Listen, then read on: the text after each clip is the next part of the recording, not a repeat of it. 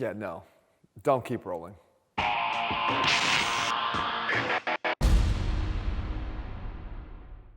What's up guys, Jeff Cavalier, ATHLEAN-X.com. What you see behind me is a bunch of different trap exercises, many of which you either do right now or you're going to want to start doing by the time this video is over. And I'm going to make your job a lot easier because I'm going to show you the ones you should focus on by ranking them from the worst all the way up to the best so that you know which ones you should invest your time in to get the gains that you're after. Now, as always, it's important to understand the criteria for which these exercises are going to be judged on because they all, first and foremost, have to be able to build muscle. And before you think, yeah, here, well, not really. That's just part of the traps. We want them to be able to build here, here, and here, because that is the entire trap muscle. And it's possible with the right exercise selection to cover all your bases. That being said, all the exercises on this list always have to be safe exercise choices. As you'll see here at the bottom of the list, some not so much. And we kick it all off at the bottom of the barrel as I break out my red marker to cover the first of the worst exercises. And can we just get this one out of the way? Can we talk about the upright row?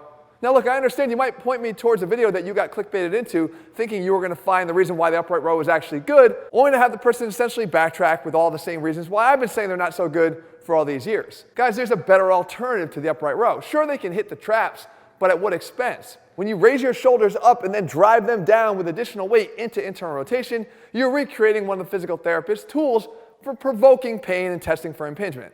I'll pass. So for me, guys, I'll put the big red X first and foremost through the upright row in the worst of the worst. Moving on, I get to stick with my red marker as we stick in the worst of the worst category, this time for a shrug. But not any shrug, this shrug, the rolling shrug. Not sure who invented this, but it does no extra benefit for you and it does a whole lot of detrimental things. The bottom line is when you allow your shoulders to round forward, you do two things to that glenohumeral joint. One, you're bringing it into internal rotation, which again will start to cause some of that stress onto the anterior shoulder capsule. The second thing is you're adding a compressive force to that joint that has an effect on the clavicle or collarbone.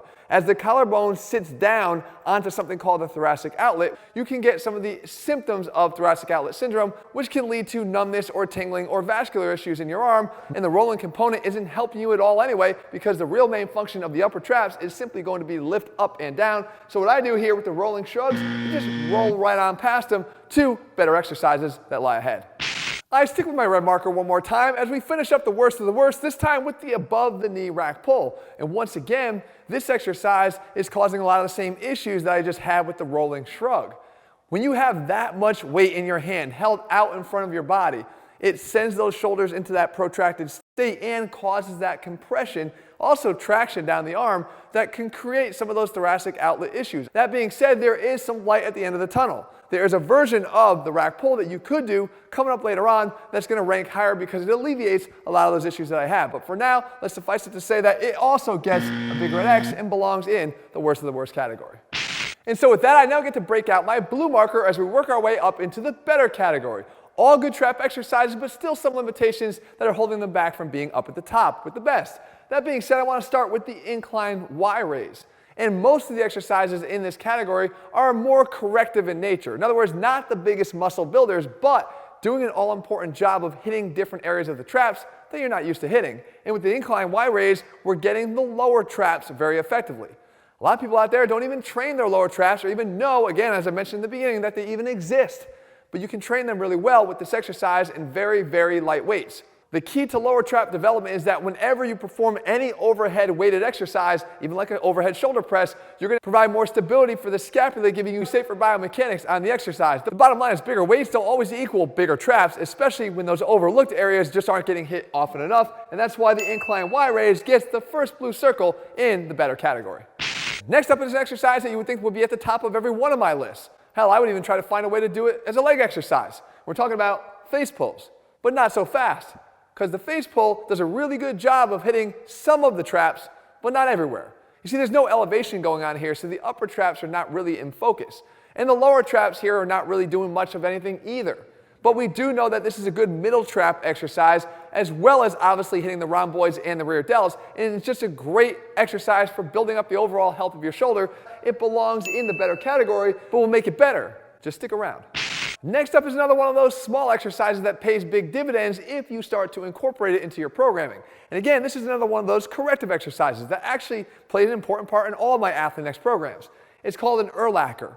And what's nice about this exercise is it's also incorporating some rotator cuff into the already existing upper trap and middle trap work that it's accomplishing. Again, this is not an exercise that you're getting your benefits from the amount of weight you're using, but more so from developing that synchronization between the components of the exercise, moving smoothly through elevation and retraction and external rotation as you bring the dumbbells up to the top. Again, good shoulder biomechanics rely on you having good segmental ability to control all portions of the shoulder movement as your arm moves through space. Remember, it's a three-dimensional joint with a lot of available movement. If you don't get it right, you could be asking for some issues down the road. So why not invest just a little bit of extra time into good shoulder exercises? The Urlacher is one that's also going to help you to develop your traps.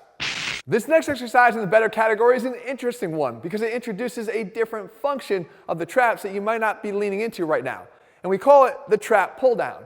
And we lean into the shoulder stabilizing action of the upper traps during a traditional pull down. So what you do here is you take a much narrower grip, and your goal is not to drive with the lats or even bring your elbows very far down at all. Instead, what you're going to try to do is pull the bar down by shrugging up with the shoulders. In other words, counteract that pull down by driving up into the weight with your shoulder shrug.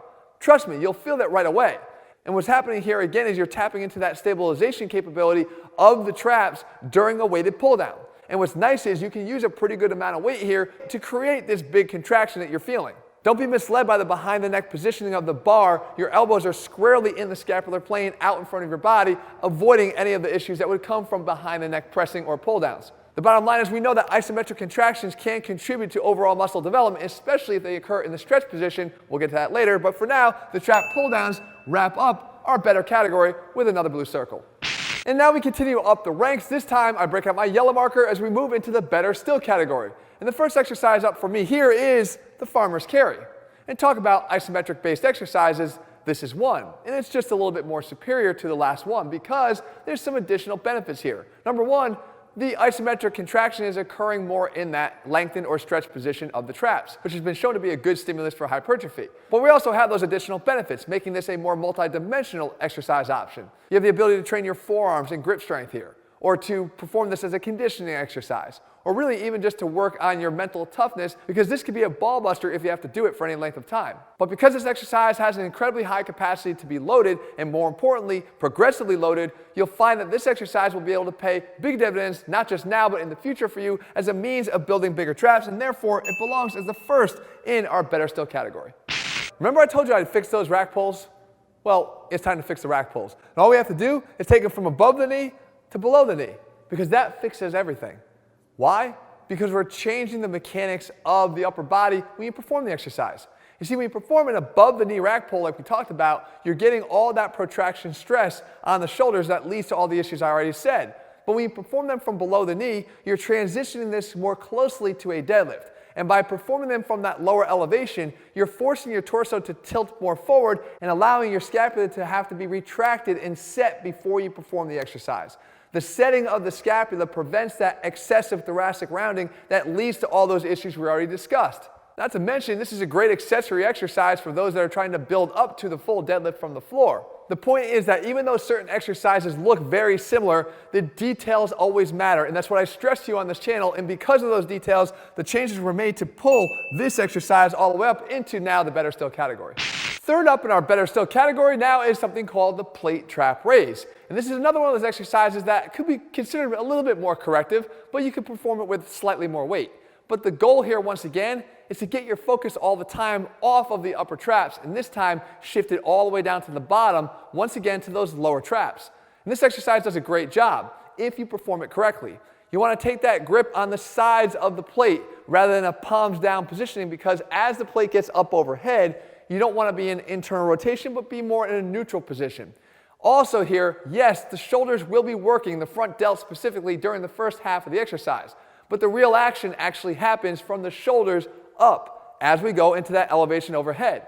If you wanted to, you could actually shorten the range of motion to perform just the upper half from fully extended overhead down just to parallel to the floor. Whichever way you perform it, there's no way around it. This exercise is a great way to hit the lower traps with a good amount of weight, and it belongs as a better still exercise. Next up in the better still category is the anti-upright row.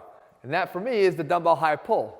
Now look, I'll stand here and defend this exercise all the way till the day I die because I'm that confident in its superiority to the upright row. Why? Because I can accomplish the same exact things that we were trying to do with the upright row in that safer shoulder position. Because I can keep the elbows beneath the wrist. And what that does is it takes me out of internal rotation and puts me into external rotation. And guess what? No compromise to what you're doing for your traps, or even for your shoulders in this case. And the only thing that's keeping this exercise from ranking even higher is that when it comes to building traps, it's one of the secondary benefits. It's also obviously building those middle and rear delts. But because you're also performing this exercise with a slight lean forward, you're going to also effectively hit those rhomboids and here the middle traps to make this even a more well-rounded trap exercise. If you want the cliff notes, upright rows suck and the dumbbell high pull doesn't. And any attempt to say, well, I haven't gotten hurt yet with the upright row just isn't good enough for me. So the dumbbell high pull gets yet another yellow circle for a better still exercise option. Next up, we wrap up our better still category, this time with an interesting variation of a shrug. It's called the Haney shrug. And it's named after the 8-time Mr. Olympia Lee Haney. And he used to say, if the traps are a muscle on your back, then why are we training them from the front? Why don't we train them from the back? And all he did was put the bar behind his back and pull up like this. And it's an interesting exercise variation because you're still getting that elevation, getting that upper trap work that you're looking for, but you also can get more of that middle trap work because you can get more shoulder retraction due to the fact that you have to lean forward when you do this. Now the compromise is you're not going to be able to use as much weight. That's fine, except you're going to be able to get a better contraction. And Lee Haney, like myself, is someone that believes that it's not always about the amount of weight you're lifting on shrugs. You've probably lifted a ton of weight throughout your entire lifting career on shrugs, but have you ever dropped the weight and focused more on the quality of the contraction? If you hadn't, this is a great opportunity to do it, and the exercise itself is going to force you to, but it wraps up our better still category. The Haney shrug deserves to be here. And next we continue our way up the rankings. This time I get to break out my green marker for the first time as we work our way into the almost best category. That's right, almost best. But we do get a chance to take one of the almost best exercises of all time, that face pull I promised, and make it even better with the added extension at the end of every repetition. And what this does is it adds on to the already existing work that we're doing for those middle traps by incorporating that lower trap work that happens whenever we raise our arms up overhead. But look what else is happening. Because the resistance is not just below us, but in front of us too, it's also resisting that overhead shoulder extension and retraction, which gives us additional benefits for the exercise. This truly is one of the best exercises you can possibly do, taking that face pull and making it even better, and it belongs in my almost best category. You just can't weight it a whole ton, but you're not going to need to see its benefits. This one deserves to be surrounded in green as the first in the almost best category. Now up to this point, anytime we talked about middle trap development, our exercise selections were those that were probably a little bit on the lighter end in terms of how we're weighting them. But not anymore, because the wraparound row is one of my favorite ways to start to introduce some real weight to the development of those middle trap muscles. And the key here is to actually perform this with a crossover grip, with the right hand holding the left grip handle and with the left hand holding the right grip handle. And keeping your elbows as tight to your body as you wrap them around and almost try to touch them together with your spine being the meeting point. Of course, that's not going to happen, but what will happen is you're going to light up these middle traps like you never have before. And again, with equal parts ability to feel the contraction and still load them enough to create that overload, this exercise is just one you don't want to skip. And because it does it so well, I put it all the way up here in the almost best category because it hits this area in such a good focused way. Now, as we continue on here and work our way all the way to the tippy top of this list, it's about time we start talking about the dumbbell or barbell shrug. But to me, there's a difference. And actually, it really matters to you what you're doing already. Because you see, like Lee Haney said, it's not always about having to load the exercises up when you're trying to train your traps. So for me, if you're already deadlifting a lot and are doing it for a long period of time, you're likely not going to benefit from the continued focus on heavy barbell shrugs. Instead, I would invite you to actually start to consider dumbbell shrugs as an option. On the other hand, if you're not doing a lot of deadlifting right now, then that's where I would say to do the barbell shrug because you can load it heavier and expose your traps to more of that tension stress as well as just the overall loads. That being said, the dumbbell shrug has the additional benefit of being able to be held in neutral out at your sides, which will put less of that stress on your shoulders that would come from having that bar out in front of you in the barbell shrug. Either way, it goes without saying, no matter which you choose, the dumbbell or barbell shrug does a great job of building up those upper traps of yours, and therefore belongs in the selections when you're talking about the best of the best, or in this case, almost best trap exercises. Now, before we get to the trap exercise that wears the crown, there is one more that demands your consideration here in the almost best category because it applies the science of trap training. We're talking about the cable angled shrug. What's interesting here is if you were to look at the direction of the upper trap fibers, it doesn't run straight up and down, meaning that a straight up and down movement like the traditional shrug wouldn't ideally hit the muscle or allow it to contract to its fullest. So what will? The angled shrug. Because we can do this with a lot of weight and perform it with just a simple cable machine down in the low angle position. And what you're trying to do is basically allow your arm to drift out to the side to put those trap fibers in a better alignment to pull. What results when you do this is perhaps one of the strongest contractions you've ever felt doing a trap exercise, and maybe even more superior to you because of the novelty of it than any dumbbell or barbell shrug you've already done. It's one of those exercises that ever since I discovered it for the first time, have never stopped using it in my trap training approach, and it's definitely one that I think you should try as well. But it caps off our list of the almost best exercises with that well-deserved green circle. And so with all exercises bearing some color here behind me except for one, it leaves only one to be the best of the best. And yes, it is a shrug variation, but it's the trap bar shrug. And for the same rationale we just talked about, it gives you better alignment for targeting those trap muscles effectively, or at least the upper traps. Because with the trap bar, I have a wider grip. My arms are held out about 20 or 30 degrees from my side. Again, giving you a better angle of attack to hit those upper traps. And again, when it comes to loading here, it certainly meets that criteria. We can load this exercise incredibly heavy. And once again, because of the neutral grip positioning of the handles at your sides rather than out in front of you, I find it to be a safer option for those of us who are going to load the exercise up with a lot of plates. The bottom line is through safety, science, and strength capacity, there is only one best, and for me, it is the trap bar shrug. Getting that green star here, or crown, whatever it looks like to you, in the best of the best category.